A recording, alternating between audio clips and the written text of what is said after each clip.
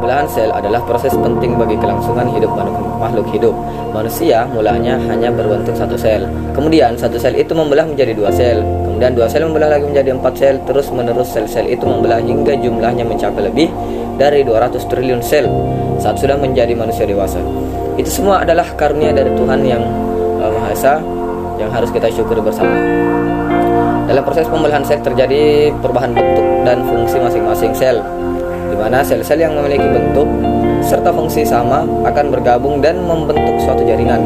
Semua itu terjadi di dalam rahim ibu sampai membentuk janin yang utuh. Nah, tujuan dan fungsi dari pembelahan sel itu yang pertama adalah untuk pertumbuhan.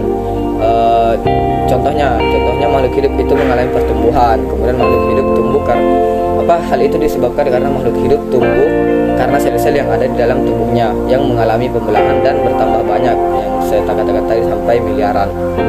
Nah, di mana makin banyak sel tubuhnya akan menjadi semakin besar.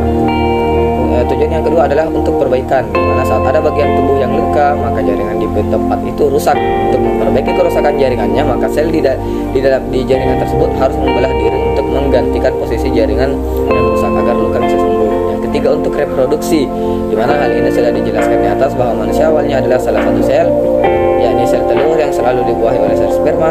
Yang dimana proses selanjutnya adalah terjadi pembelahan sel telur yang sudah dibuahi tersebut hingga membentuk individu yang baru.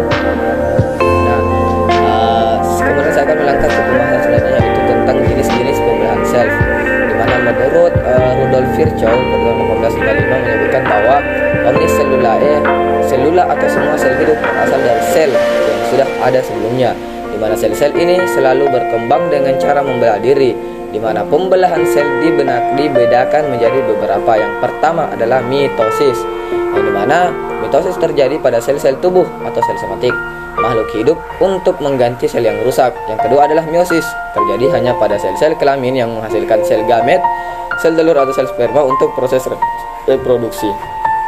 Nah, saya akan membahas mengenai pembelahan sel secara mitosis dulu ya.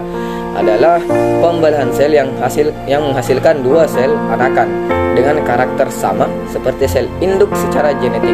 Maksudnya sel anak ini memiliki susunan genetik termasuk jumlah kromosom sama seperti induknya. Misalnya induk dengan sel kromosom 2N atau diploid membelah, maka anakannya juga memiliki sel 2N atau diploid. Atau sel induk jumlah kromosomnya 23 pasang, maka sel anakan juga akan 23 pasang. Jadi kromosom berjumlah 46 buah. Kemudian dalam pembelahan mitosis terdapat 4 fase, yakni yang pertama adalah profase, di mana fase ini saat kromosom sudah mengganda, lalu memadat, lalu membran inti mulai rusak menjadi bagian-bagian kecil atau fragmen.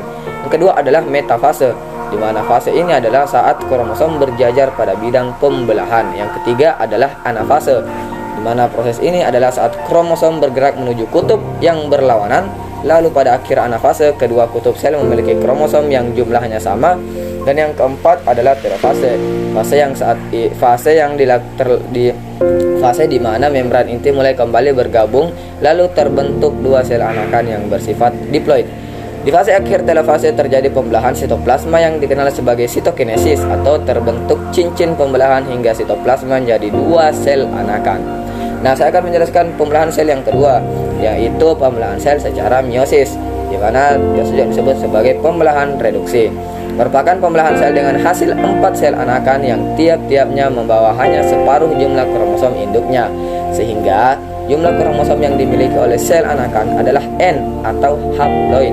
Proses pembelahan meiosis berlangsung dalam 2 tingkatan, yakni meiosis 1 dan meiosis 2.